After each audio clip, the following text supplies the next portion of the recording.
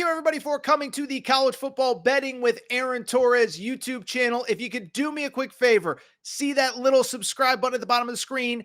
Go ahead, click that subscribe button. It helps our channel grow. It helps our audience grow. I appreciate it more than you know, as we're talking college football on this channel year-round. Appreciate your support. Click that subscribe button. Clemson traveling to Texas. Texas, an 11.5-point favorite. I actually saw that number go up to 12 earlier in the day, back down to 11.5 on Wednesday afternoon as we record. The over-under in this one is 51.5. This will be, by the way, a 4 p.m. Eastern kickoff in Austin. So again, you wouldn't think, unless something big happens, that that weather is going to play a role. Let's talk about both these teams. Let's talk, how about this? How about little old Clemson, okay? So first of all, I want to give a quick shout out to Dabo Swinney, okay? One, everybody left that program for dead after last year. Everybody left them for dead after Georgia. They quietly come back. And listen, I'm not going to sit here and lie and say that this is the best Clemson team we've ever seen, or even that I think it's like the best, one of the best teams in college football this year. But the new system worked in their favor. Miami loses on the final day of the regular season. They get to go to Charlotte. They get to play for an ACC championship. They're in. By the way, I love Dabo basically saying, yeah, we're happy to be here. It's still not better than the 14 playoff. Like, Dabo never changed, baby. Dabo never changed. He did say that, by the way. He basically said, whatever. Well, the 14 was better because that was real college football. This feels like the NFL. But Clemson comes into this game. And what's interesting about Clemson is, again, we think about those great teams with Trevor Lawrence and all the defensive guys. This is not that. They do some things really well, specifically on offense, and some things not so well, specifically on defense. From the offensive side of things, like, let's give Cade Klubnik some credit. I mean, this is a guy that, I think we all kind of, I don't know that anyone had like super strong opinions on Cade Klubnik. But remember, he gets the starting job last year. He wins the ACC championship game as a true freshman. They bench DJU. DJU transfers the next day. But last year was kind of up and down with Cade Klubnik. They bring in Garrett Riley, the offensive coordinator. Nobody can really figure out, is this working? Is it not? Is it a Clemson thing? Is it a Garrett Riley thing? Is it a Cade Klubnik thing? Well, Klubnik, that offense, it all meshed this year, and he was phenomenal. Listen, I'm not saying anyone other than Travis Hunter should have won the Heisman. But you look at some of the guys that were finalists. Like, I think Cade Klubnik, relative to a lot of guys in college football, had a better year that wasn't talked about. This was a guy that on the season, over 3,300 yards passing, 33 touchdowns, 5 interceptions, also had 500 yards rushing, 7 rushing touchdowns. He was quietly one of the more dynamic quarterbacks in all of college football. To the credit of the O-line and the run game was pretty good. Now, a lot of it was Cade Klubnik related, but Phil Maffa got going. You had the other kid, Jay Haynes, I thought played well at the end of the year. Maffa with well over 1,000 yards rushing. So a very balanced offense for Clemson. It was also interesting. That defense really, frankly, wasn't very good. This is a season in which Clemson finished 73rd against the run, 61st against the pass. Now, part of it is the fact that the offense really kind of got humming at various points, and they did score quickly and they did score often, and then teams would either fall behind and kind of play tempo or hurry up or whatever. Also, there were just games where Clemson was up so much that they kind of gave up some stuff late. I mean, I remember betting the North Carolina State game early in the year. Clemson was up 28-0,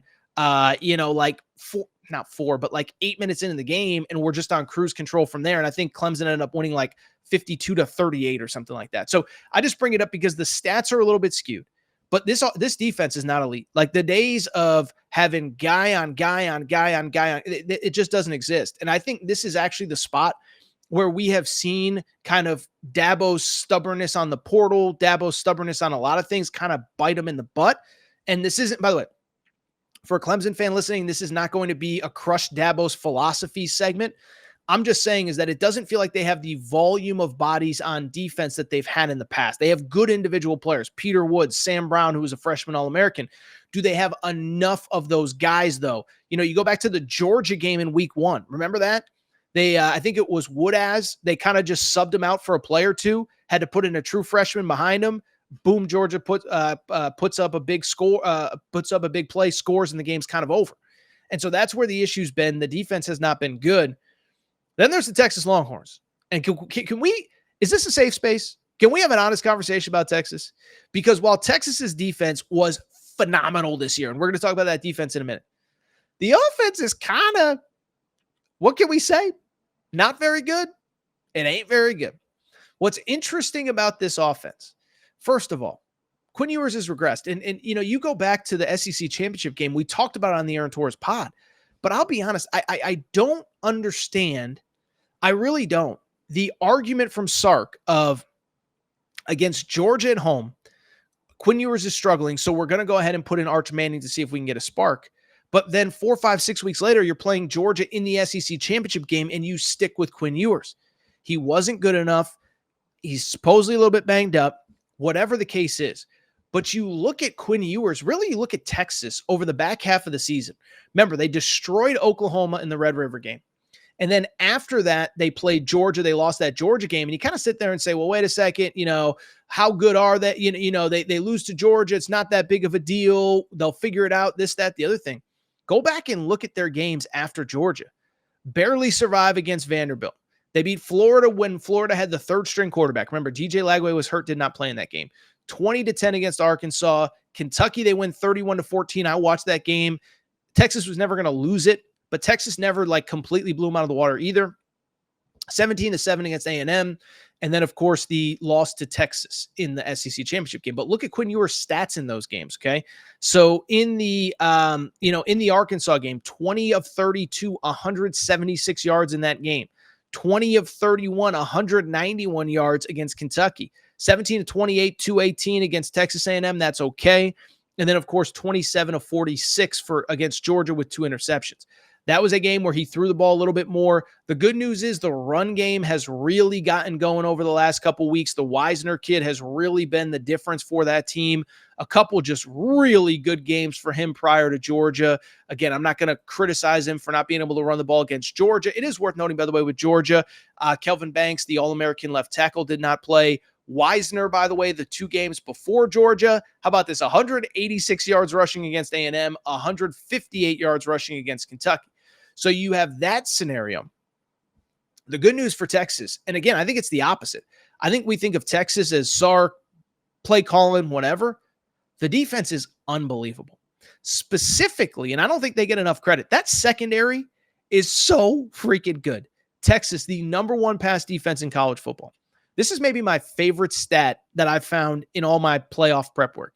You know that Texas has 19 interceptions, and they've only allowed 4 touchdown passes all year. So in other words, they basically have a 5-to-1 interception to touchdown ratio. And they have been unbelievable all year. The front 7 is obviously good too, but the secondary doesn't get enough credit. And it's that secondary and it's that Texas offense that is going to lead to my official pick for this game. That pick is the under 51.5. And actually, this might be my favorite bet. Listen, it's straightforward. What does Clemson do better than anything? They pass the ball. That's what they've done all year against pretty much everybody since Georgia. This is the best pass defense they've faced by a mile. No disrespect to Georgia, South Carolina, whatever. This pass defense is unbelievable. And I don't know that Clemson will be able to move the ball against them because they're not a team that if the pass game isn't working, they can just line up and pick up 6-7 yards a carry, especially against a team like Texas. But at the same time, there is the Texas side of things. I just don't trust this offense. Now, maybe Sark has some trick up his sleeve with Arch Manning. Maybe he'll figure something out. Maybe he'll do something he hasn't done before. But I've watched every Texas game I basically watched them all year. But Quinn Ewers is not playing well, and this offense is not playing well. And so it's funny because we're going to talk in a minute about Ohio State being at home, that what the crowd could be like. Can you imagine what the Texas crowd might be like if you get a couple 3-and-outs to start this game? You get a 3-and-out, Clemson, 7-play drive, kick a field goal, another 3-and-out.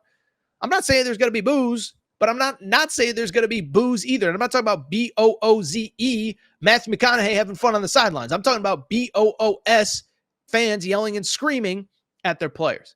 And so, listen, I think Texas wins this game because I just think that defense is so good. But this has 20-6, 20-13 written all over it. Let me put it this way.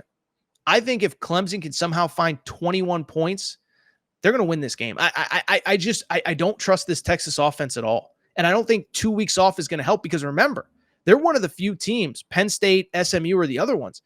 They didn't get 2 weeks off. They got 1 week off. Remember, coming into this game. Clemson got 1 week off as well.